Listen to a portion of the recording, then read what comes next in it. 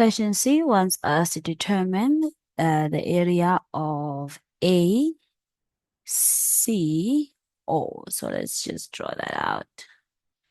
A going all the way to C and then coming back to O. Okay, so we're gonna let A, we know that the equation of first and foremost, you'll see that there's two ways in which they find the C part there. I will show you. But other than that, everything else is the same. So let's just remember what we are calculating.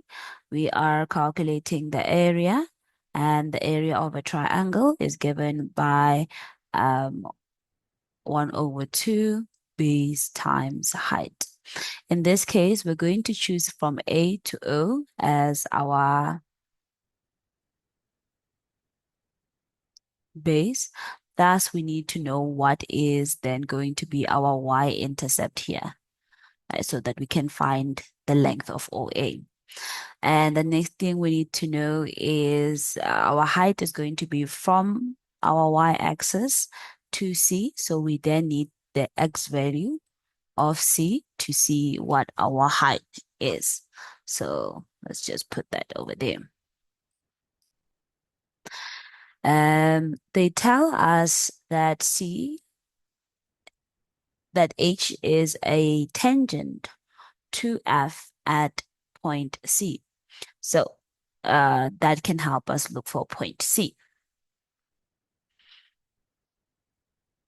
We will first find the derivative of that.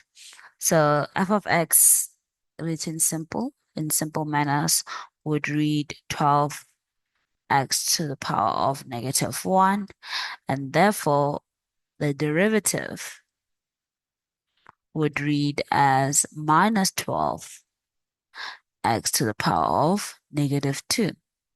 And we are told, or we can read that the gradient at point C is equals to -1 over 3. So we're going to equate this -12 x to the power of -2 to 1 over 3 so that we can get the x value for that. So we'll go ahead and divide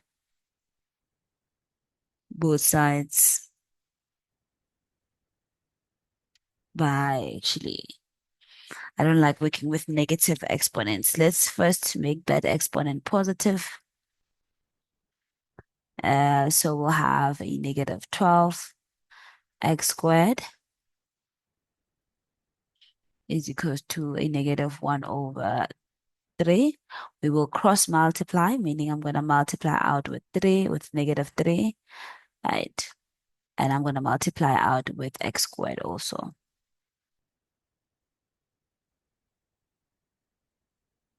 Okay, so on that side, I'll have 12 multiplied by 3, giving me a positive 36. And on the other side, I'll just have x squared. I will square root, and I'll get that x is a plus -6. But if you look at the region in which we're working with, we understand that x should be equals to 6 because of the quadrant that we are in. It should be equals to +6. So then to get the y value, we would substitute it into the original equation, and we will have 12 divided by 6, giving us 2, and therefore the coordinate of C is 6 and 2. So far we've gotten our height. We're looking for our base now because we want to finish out our calculation. So for our base, we are going to need that value of C there. Now this C that we have calculated exists on this line. So we can substitute, and the way you substitute is obviously according to you. So we'll just use the first method here to say y is equals to minus 1 over 3 x plus c. Substitute in the point, we get 2 is equals to minus 6 over 3 plus c. And then that would give us that c is equals to 4.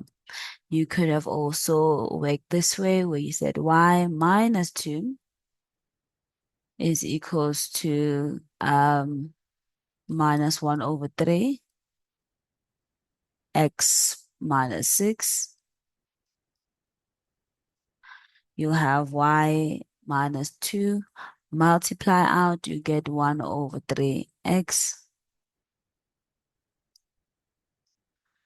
plus 2. And if you take 2 to the other side, you then get minus 1 over 3x plus 4, right? So c is equals to 4, telling us that that point over there is 0 and 4.